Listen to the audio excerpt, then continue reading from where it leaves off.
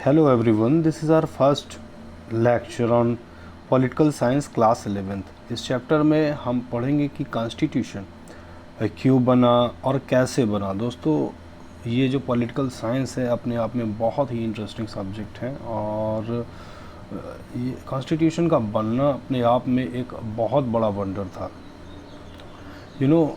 दुनिया का सबसे बड़ा जो रिटन कॉन्स्टिट्यूशन है वो इंडिया का है और इसको बनने में लगभग 2 इयर्स 11 मंथ और 18 डेज़ का टाइम लगा था। तो आप समझ सकते हो कि कितना ज़्यादा काम किया गया होगा इस पूरे कॉन्स्टिट्यूशन को बनने में।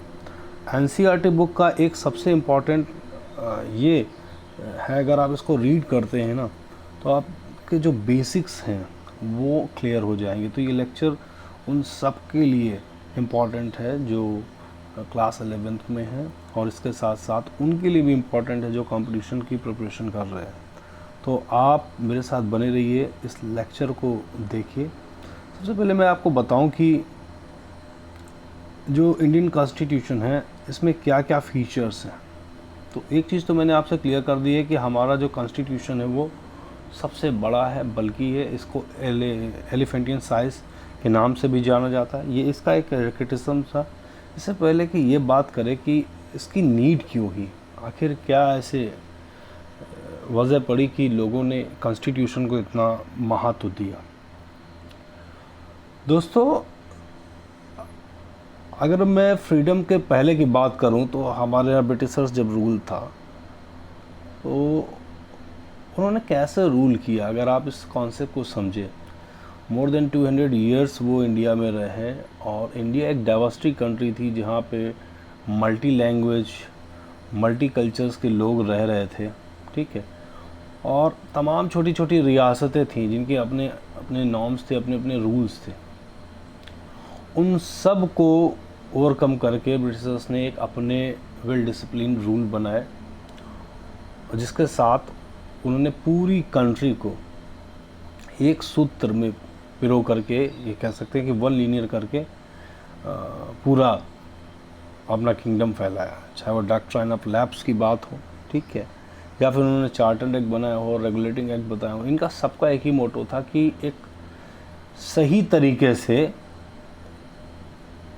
भारत पे रूल करना, एज ए डिक्टेटर भी नहीं और इतना भी नहीं कि पावर पूरी पूरी छोड़ दी जाए। सारी पावर उन्होंने अपने पास रखी और इस चीज़ को उन्होंने रियलाइज भी नहीं होने दिया। तो काफ़ी इंटरेस्टिंग है। देखिए ना, केवल इंडिया में नहीं, कई सारी ऐसी कंट्रीज़ हैं, वो यूएसए हो या ब्रिटिश हो, फ्रांस हो, सबका अपना कॉन्स्टिट्यूशन है। कॉन्स्टिट्यूशन क्यों इम्पॉर्टेंट है या इसकी क्यों ज़रूरत पड़ी हमें, तो देखिए इसमें क्या क्या इसके फंक्शंस हैं, कौन से रोल ये सोसाइटी में परफॉर्म करता है, ये बहुत इम्पॉर्टेंट क्वेश्चन है। और किस तरीके से ये हमारी डेली लाइफ से एग्जिस्टेंस करता है। चलिए एक छोटी सी बात मैं आपको बताता हूँ। आज से बहुत साल पहले की बात है। B.R. अम्बेडकर जी को उठा के मैं आपको समझाऊंगा कि जब वो छोटे थे, so he was very thirsty one day, तो उन्होंने अपने टीचर से बोला कि sir I need water. Teacher ने कहा रुको। उनके साथ एक अपर क्लास का लड़का भेजा और उससे कहा कि तुम नल खोलना और ये पानी पी लेगा। तो B.R. अम्बेडकर जी को ये बात चुभ गई कि आखिर क्या ऐसी वजह है, मैं भी उसी मिट्टी से बना हूँ या मेरा भी वही 2 हाथ 2 पैर हैं और इस लड़के के भी वही है, उसके बाद भी मुझे ये राइट क्यों नहीं मिला। क्योंकि उस समय अस्पृश्यता या अनटचबिलिटी का ट्रेंड था।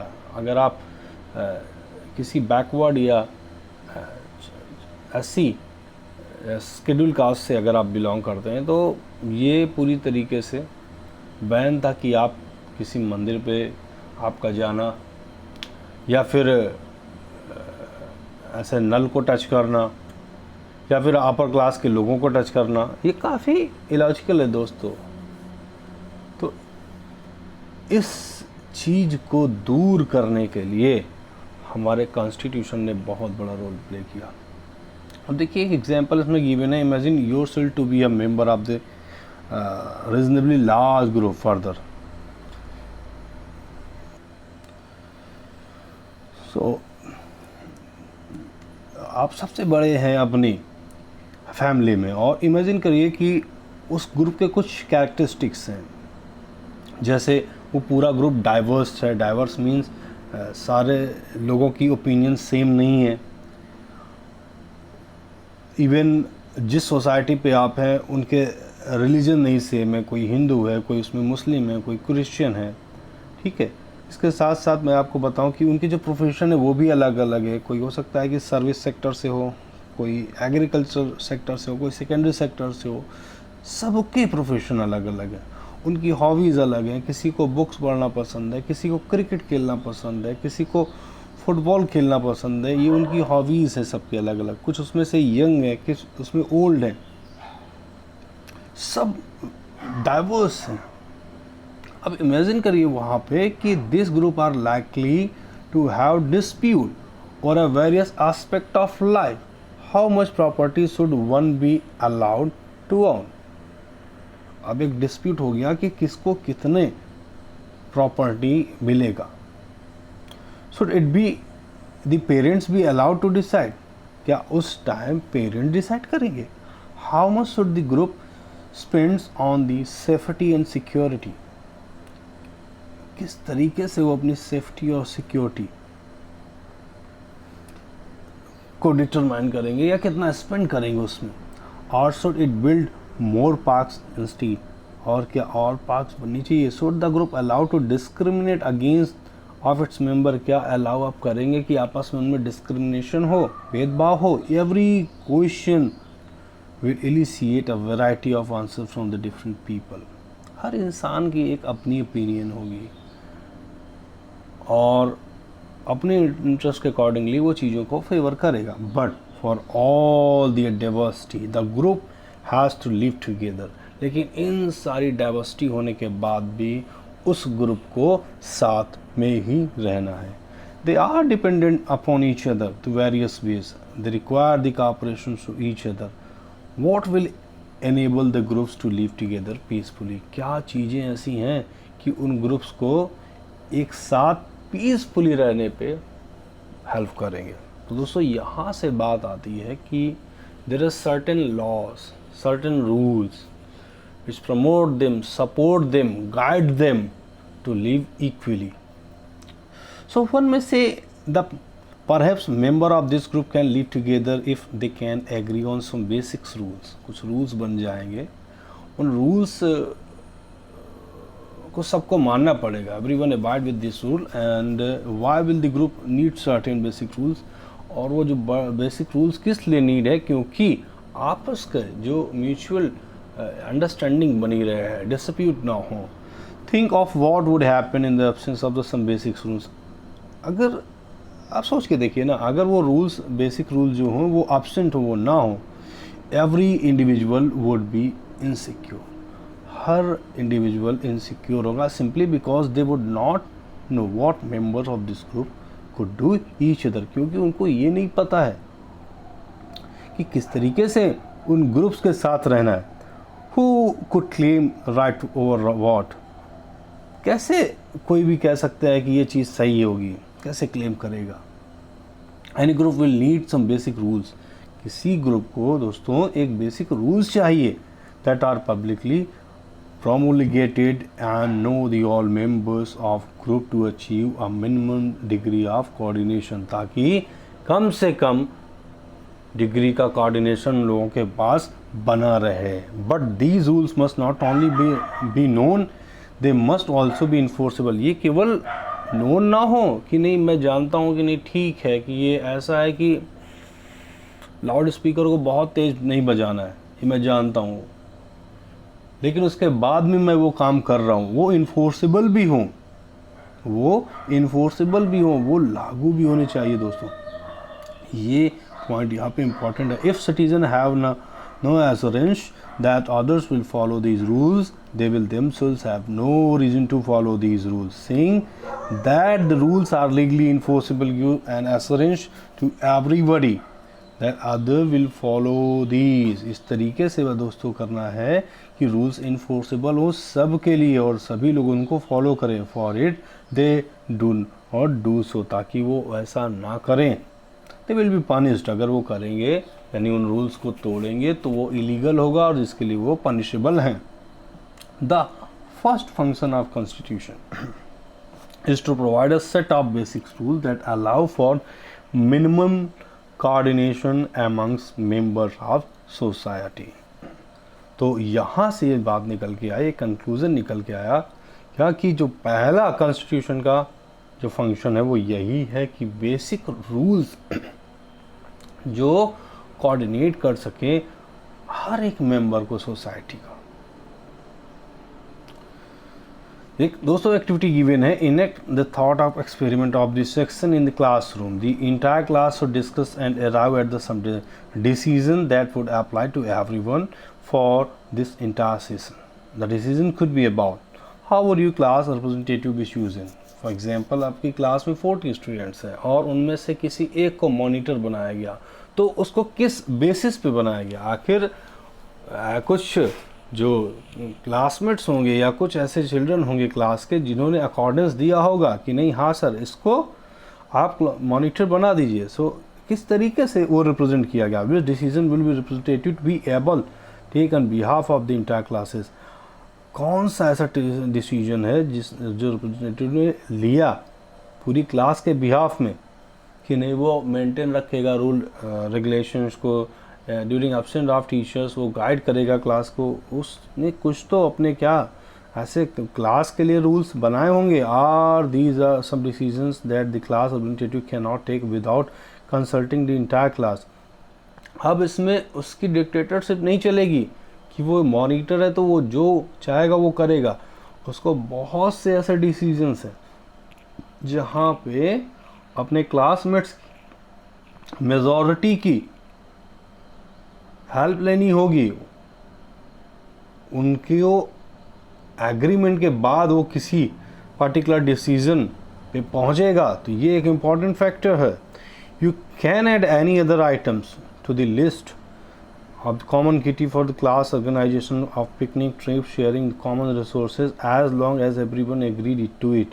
Make sure that you included those subjects that have led to any difference in the past. चलो इसको ऐसे समझ लेते हैं कि क्लास से एक ट्रिप है, एक एक्सकर्जन है कहीं बाहर के लिए, और पहले आपस में सारे स्टूडेंट डिस्कस करते हैं. जिसमें मॉनिटर है उसने कहा कि ऐसा है कि हम लोग ड्राई स्नैक्स ले चलेंगे, उसमें कुछ ऐसा कर लेंगे, चिप्स के पैकेट्स ले लेंगे या और भी ऐसे, ताकि वो ड्यूरेबल हो. अगर क्लास के सभी बच्चों का एक यूनिनमस डिसीजन निकलता है तब तो वो एग्री है. बट अगर मेजॉरिटी ये कहती है कि नहीं हम ये नहीं ले चलेंगे, हम कुछ और ले जाएंगे, तो उसको वहाँ पे चेंज करना होगा. वहाँ पे उसके सोल डिसीजन नहीं चलेंगे. तो ये समझना होगा जब भी हम कोई लिस्ट ऐसी बनाएंगे तो एक पूरी क्लास का जो ओपिनियन होगी उसको भी देखेंगे और मेजॉरिटी के अकॉर्डिंगली हमने लिस्ट तैयार करनी है. तो ये इम्पॉर्टेंट है कि आप मेजॉरिटी को, आप सबकी नीड को या सबके विचारों को एक साथ लेकर के चलें. तो ये इम्पॉर्टेंट होता है. How to revise this decision in case you need to. अब जब भी आपको इसकी नीड हो तो किस तरीके से आप रिवाइज करेंगे, तो ये एक एक्टिविटी गिवन है आपको. अब इसके बाद देखिए, write down all the decision on paper and put it on the notice boards. आप सारे डिसीजंस लिख लो और नोटिस बोर्ड पे उसको पेस्ट कर दें.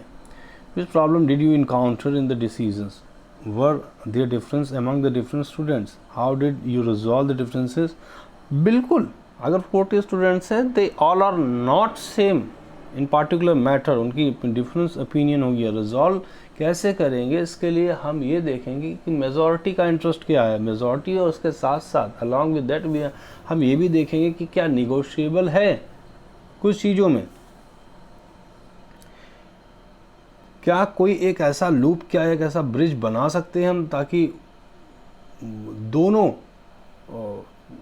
ओपिनियन का एक मर्ज करके हम एक ऐसी ओपिनियन निकालें जिसमें मेजॉरिटी तो खुश हुई हो, लेकिन जो माइनॉरिटी यानी वो लोग भी जिन्होंने अपनी बातें रखी थी और उनको भी फेवर करके, क्या हम कुछ ऐसा कर सकते हैं? सपोज करिए पिकनिक की बात है, तो सबको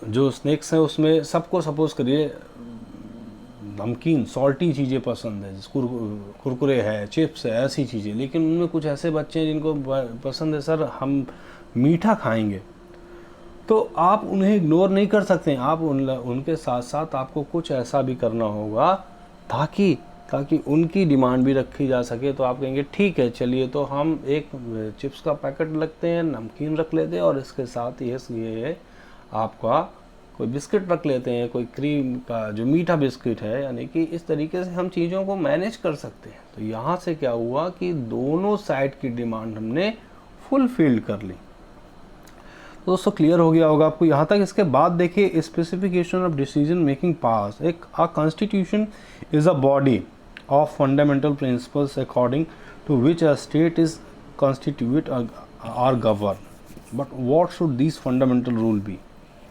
and what makes them fundamental? Well, the first question you will have to decide to who gets to decide what the laws governing the society should be. You may want rule X, but other may want rule Y. How do we decide whose rule be preference should govern us? तो बच्चों ऊपर की ही जो बात है,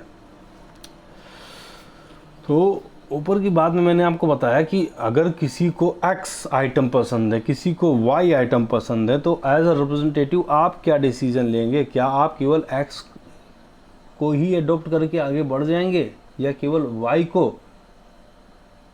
आपको एक ऐसा डिसीजन लेना होगा जो X और Y दोनों के फेवर में हो।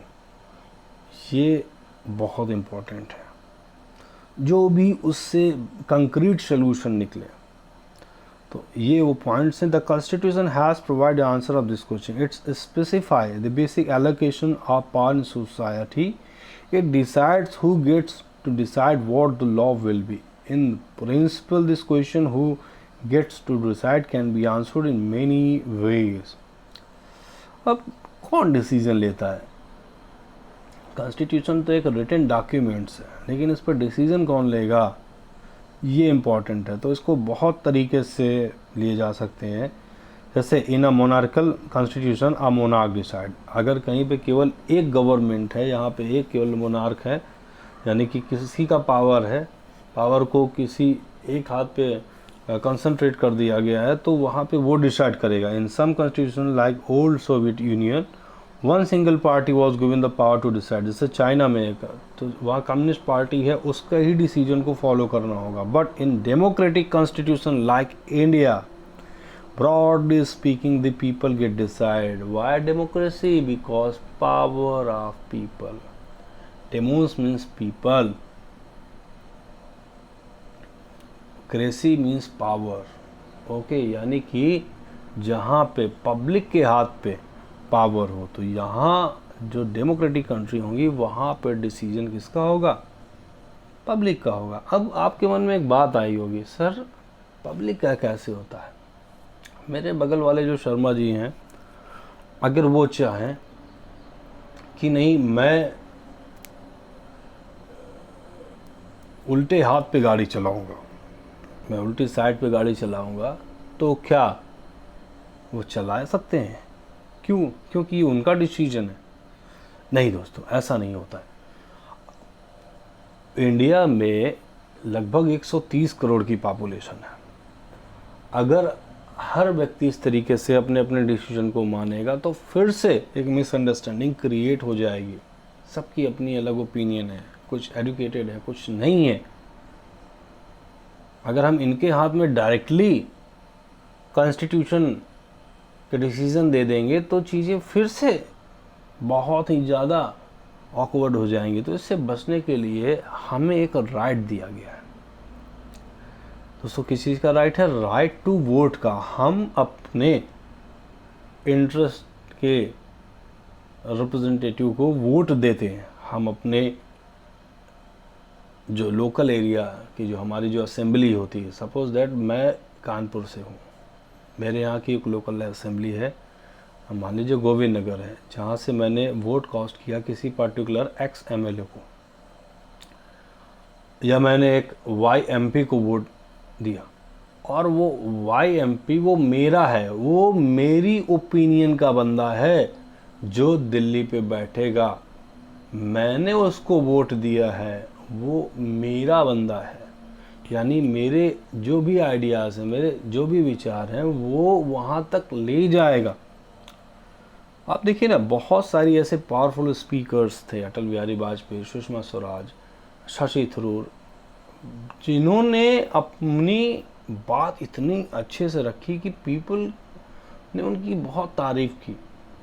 पब्लिक को एड्रेस करना हो या फिर पार्लियामेंट में अपनी बात को रखना हो, उन्होंने वो बोला जो शायद इन 130 करोड़ में कोई इंसान बोलना चाहता था। तो वो जो इश्यूज़ थे, जो मेजर इश्यूज़ थे पब्लिक के बीच के, वो दिल्ली तक ले जाने वाले कौन होते हैं? ये हमारे रिप्रेजेंटेटिव हैं, इनको हम इलेक्ट करते हैं। हम सब जानते हैं कि मैक्सिमम जो सीट्स एलोकेटेड हैं लोकसभा में 550 हैं, यानी इतने एमपीज़ एक साथ वहाँ पे बैठ सकते हैं, और वो अलग अलग कॉन्स्टिट्यूशन से आते हैं और जिस भी पर्टिकुलर एरिया से वो बिलोंग करते हैं वहाँ की कुछ प्रॉब्लम्स को वहाँ तक रखते हैं। तो डिसीजन कौन लेगा? डिसीजन लेने वाली होती है गवर्नमेंट, लेकिन ये गवर्नमेंट क्योंकि पीपल द्वारा बनाई जाती है डेमोक्रेटिक कंट्री में, तो हम ये कह सकते हैं कि यहाँ के जो इनडायरेक्टली डिसीजन किसके हैं? मेजॉरिटी के हैं, यानी जिनको मेजॉरिटी इलेक्ट करती है वो गवर्नमेंट बनाते हैं। 2/3 जो सीट्स अगर एलोकेट हो गई किसी पर्टिकुलर पार्टी की, तो वो गवर्नमेंट बनाता है, और वो गवर्नमेंट बनाता किसके बिहाफ पे? पब्लिक के बिहाफ पे, क्योंकि पब्लिक ने ही वोट देके उनको वहाँ पहुँचाया है। तो ये बात आप समझ लीजिए, डिसीजन होते तो पब्लिक के, लेकिन पब्लिक डायरेक्टली डिसीजन नहीं लेती है, ये डिसीजन पब्लिक के रिप्रेजेंटेटिव लेते हैं जा करके, ठीक है। तो ये बात डेमोक्रेटिक कॉन्स्टिट्यूशंस की बात कर दी। Broadly speaking the people get to decide, but this matter is not so simple, because even if you answer that the people should decide, it will not answer the question how should people decide. दोस्तों मैंने ये बता दिया है, for something to be law should everyone agree to it? Should the people directly vote to each method, the ancient Greek did, or should be people express the preference by electing representative? But if people act through the representatives, how should this representative be elected? How many should there be? तो ये बातें मैंने बता दी आपको। हाँ, यहाँ से एक पॉइंट और ऐड करूँगा, कुछ कंट्रीज़ में पीपल को भी बुला लेते हैं। जैसे मैं आपको बताऊँ, आई थिंक फ्रांस की बात है, I am not sure, but हाँ ये फ्रांस का ये इशू है कि वहाँ पे डायरेक्टली पीपल से भी कंसल्ट कर लिया जाता है कुछ केसेस में, क्योंकि पॉपुलेशन बहुत कम है कंपेरेटिवली इंडिया, तो वहाँ तो मैनेजेबल है। बट इंडिया में 130 करोड़ पीपल की ओपिनियन को सुनना, उसके बाद किसी डिसीजन पे पहुँचना इम्पॉसिबल है, इम्पॉसिबल है। आप देखिए, in Indian constitution for the example it specify that the most instance parliament gets to decide law and policies. अब ये पार्लियामेंट एक नया टर्म आ गया। पार्लियामेंट ये वो प्लेस है जहाँ पे जो भी आपका रिप्रेजेंटेटिव है ये बैठेंगे, मीटिंग्स होती हैं, डिस्कशन होता है पर्टिकुलर टॉपिक पे। अपोनेंट जो पार्टी है, जो अपोजिशन है उसका, और रूलिंग गवर्नमेंट के बीच के डिस्प्यूट्स होते हैं, डिबेट्स होते हैं। आपने देखा कई बार क्या होता है कि बहस काफ़ी लंबी हो जाती है।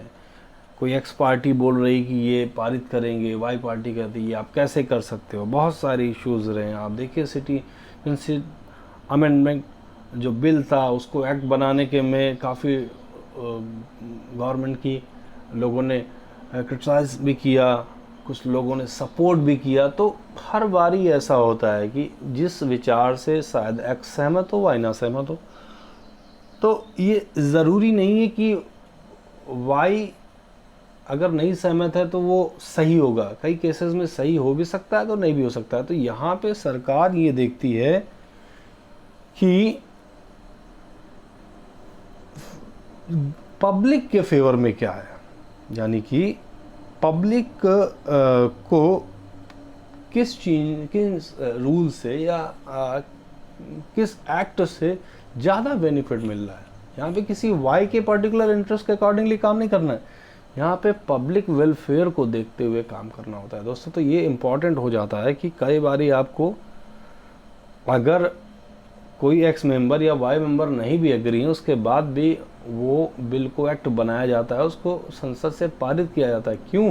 क्योंकि ये पब्लिक के फेवर में है। तो जो डिसीजंस पब्लिक के फेवर में होंगे उनको बनाना है, चाहे वो कश्मीर का मुद्दा हो या फिर अभी EWS, जहाँ पे जो इकोनॉमिकली वीक हैं उनको 10% का जो रिजर्वेशन हो, ये सारे इश्यूज जो निकल के आए हैं इन पे काम सरकार ने किया है। तो यहाँ पे ये कुछ अमेंडमेंट बनाए जाते हैं कॉन्स्टिट्यूशन में, यानी उसमें हम लोग चेंज करते हैं, हम लोग इन द सेंस हमारे रिप्रेजेंटेटिव, और चेंजेस वो होते हैं जो फेवर में होते हैं पब्लिक के। वो चेंजेस नहीं होते हैं कि पब्लिक के जो राइट को छीने। तो ये इम्पॉर्टेंट हो गया है। अब यहाँ से देखते हैं in constitution example, it specify the most instance parliament get to decide the law and policies and that parliament itself and organise in particular manner before identified what the law in any given society is. You have to identify who has the authority to enact it. If Parliament has the authority to enact law, there must be law. The bestow his authority on the Parliament. In the first place, this is the function of the Constitution. It is an authority that constitutes government in the first place. तो ये सबसे important है। हमारे यहाँ सबसे supreme क्या है दोस्तों? हमारे यहाँ सबसे सुप्रीम है हमारा कॉन्स्टिट्यूशन, सबसे ऊपर है कॉन्स्टिट्यूशन। उसका जो प्रोटेक्टर है, जो उसको गाइड करता है, वो हमारा है सुप्रीम कोर्ट, और उसके बाद हमारे यहाँ है प्रेसिडेंट। तो आपको सबसे ऊपर हमारा कॉन्स्टिट्यूशन है। कॉन्स्टिट्यूशन से आउट होकर के हम कोई भी काम नहीं कर सकते, हम इन द सेंस हमारे representative. The second function of constitution is to specify who has the powers to make decision in society. दूसरा फंक्शन ये है कि कॉन्स्टिट्यूशन डिसाइड करेगा कि कौन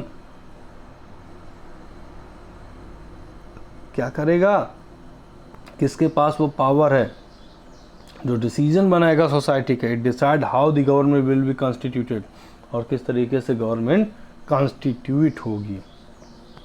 तो गवर्नमेंट को अगर आप सारे पावर्स दे देंगे ना तो भी प्रॉब्लम है। आप इमेजिन करके देखिए, कोई वोट नहीं हो रहा, एक बार जिसको प्राइम मिनिस्टर बना दिया वो बना है, क्या होगा?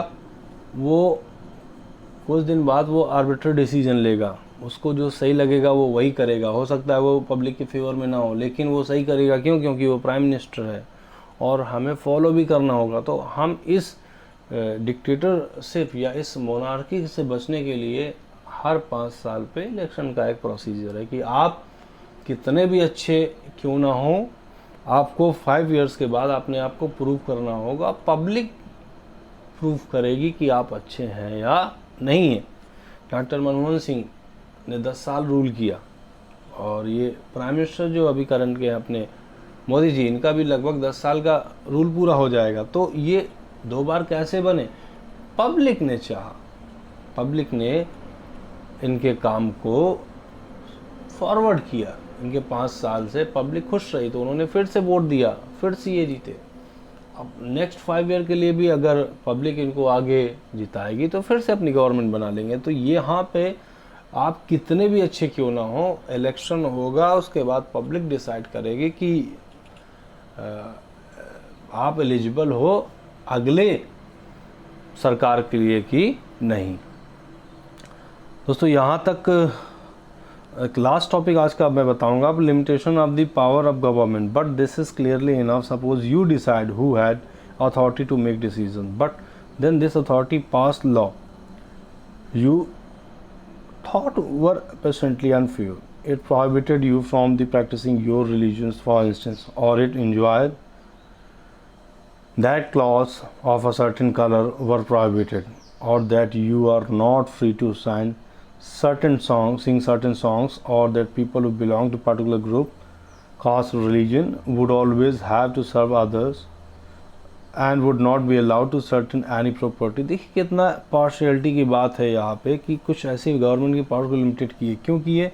देखिए अगर किसी सरकार ने इस तरीके से कुछ ऐसे लॉज, ऐसे इलॉजिकल टाइप्स के लॉज अगर पारित कर देती है कि आप यही कलर का कपड़ा पहनोगे या आप पर्टिकुलर कलर नहीं पहनोगे, ठीक है, या फिर उसने रूल्स बनाया कि आप ये सॉन्ग नहीं गाना है आपको, ठीक है, तो इस तरीके से अगर कुछ ऐसे लॉज बनाए जाते हैं जो इलॉजिकल हैं, तो इसमें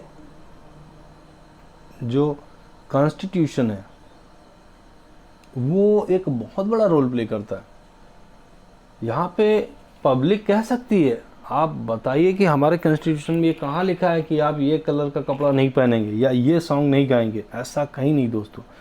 तो अगर ये कह दे कि नहीं कुछ पर्टिकुलर कास्ट या रिलीजन के लोग क्या करेंगे, अपर क्लास या अपर रिलीजन के लोगों की हमेशा सेवा करेंगे, तो इसके लिए पब्लिक क्रॉस कर सकती है सरकार को कि नहीं ये आप बताइए आप किस ब्याह पे कह रहे हैं, कहीं क्या कॉन्स्टिट्यूशन में मेंशन है कि अगर हम इस कैटेगरी से हैं तो हम पर्टिकुलर इस कास्ट की हमेशा सेवा करेंगे? ऐसा नहीं है, सबको इक्वल ट्रीट किया गया है। बहुत ही बैलेंसिंग कॉन्स्टिट्यूशन, बहुत ही ब्यूटीफुल है। बाबा साहब ने बहुत बड़ा रोल प्ले किया था हमारे कॉन्स्टिट्यूशन को फ्रेम करने में।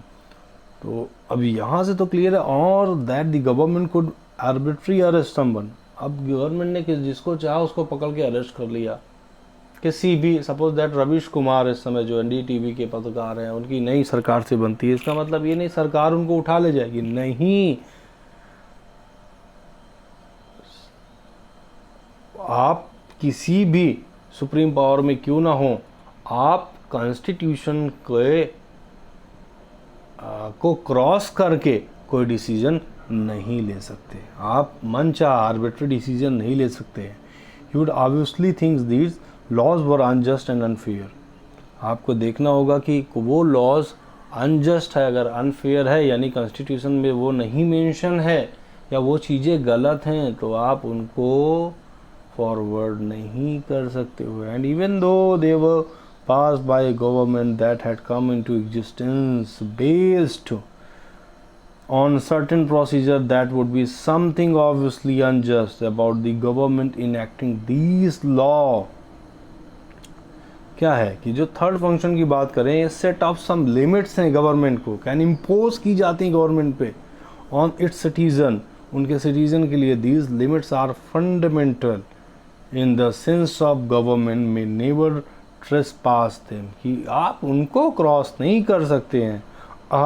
as you find to create the monster and that start worrying about saving yourself from it, I would say why create the monster called the government in the first place। यहाँ पे cartoon given है, इस cartoon से represent किया गया है कि as you first create a monster and then start worrying about it, पहले आप मॉन्स्टर क्रिएट करो, फिर उसके लिए क्या करो, आप वरीड हो कि मैंने क्यों क्रिएट करके। आई वुड से हम मॉन्स्टर क्रिएट ही क्यों करें?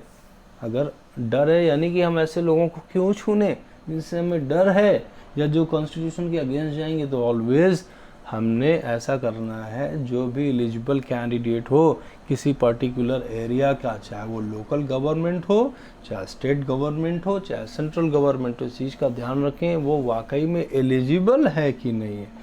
चलिए दोस्तों, आज के लिए लेक्चर में इतना ही। आशा करता हूँ कि आपको ये वीडियो पसंद आया होगा। सो प्लीज़ लाइक और शेयर करें, और इसी के साथ मैं डेली अब कोशिश करूँगा एक पॉलिटिकल साइंस पे आपको एक वीडियो देने का, ताकि हम समझ सकें कि कॉन्स्टिट्यूशन आखिर क्यों बना। Thank you so much.